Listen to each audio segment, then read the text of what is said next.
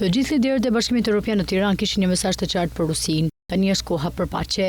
Shtëpia e Evropës bëri bashkë liderët më të fuqishëm të Evropës, por jo vetëm, dhe përfaqësues të lartë të institucioneve evropiane, deri tek presidenti i Ukrainës Vladimir Zelensky, i cili kërkoi presidentit rus Vladimir Putin që të dalë vrasjet në Ukrainë. Kancelari gjerman nga Tirana kërkoi se gjithë Bashkimi Evropian duhet të jenë të qartë për mbështetjen ushtarake për Ukrainën.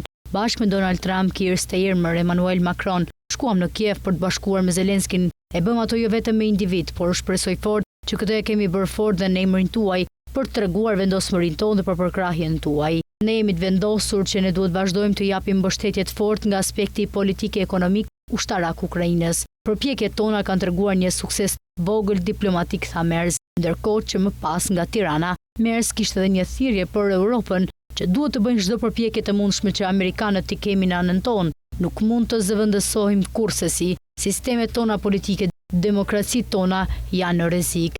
Presidentja e Komisionit Evropian Ursula von der Leyen vlerësoi organizimin e sistemit të Komunitetit Politik Evropian në Tiranë, duke kompletuar kryeministrin Edi Rama për kreativitetin. Gjithashtu, von der Leyen anvizoi se sot Europa i ka sy të hapur dhe është mobilizuar për riafektorizimin e saj në arenën ndërkombëtare. Kryeministri britanik nisi fjalën e samitit në Komunitetit Politik Evropian në Tiranë me një batutë në lidhje me rreshtet e shiut që ka përfshirë vendin tonë. Kryeministri italian Giorgia Meloni nisi fjalën e saj në samitin e Komunitetit Politik Evropian në Tiranë me një urim drejtuar kryeministrit përfitor në mandatin e 4, si dhe shprehu kënaqësinë që të ngjalli videoja e krijuar me inteligjencë artificiale. Kryeministri britanik Keir Starmer tha se kemi hyrë në një epokë të re për të paqëndrueshme. Ai deklaroi se sfida më urgjente është arritja e paqes së drejtë të qëndrueshme në Ukrainë. Starmer shtoi se nëse Rusia nuk ulet në tyrezën e bisedimeve të paqes, duhet të paguajë rënd çmimin. Në fjalën e tij në samitin e Komunitetit Politik, presidenti Recep Tayyip Erdogan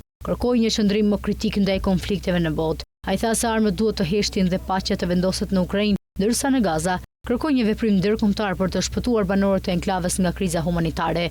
Zelensky tha se Putini nuk po përpiqet për paqe. Në Stamboll dërgoi delegacion në nivel të ulët, deresion ndaj Moskës duhet të rritet. Presidenti i Francës Emmanuel Macron në samitin e Komunitetit Politik Evropian në Tiranë, Macron bëri thirrje për një paqe të qëndrueshme në Ukrainë. Presidenti i Këshillit Evropian Antonio Costa tha në nisjen e samitit se rendi botëror është minuar nga shumë palë, ndaj Europa duhet të jetë më e bashkuar. Ai përmendi luftën në Ukrainë dhe në Gaza, teksa tha se Europa duhet të investojë më shumë në mbrojtjen e saj.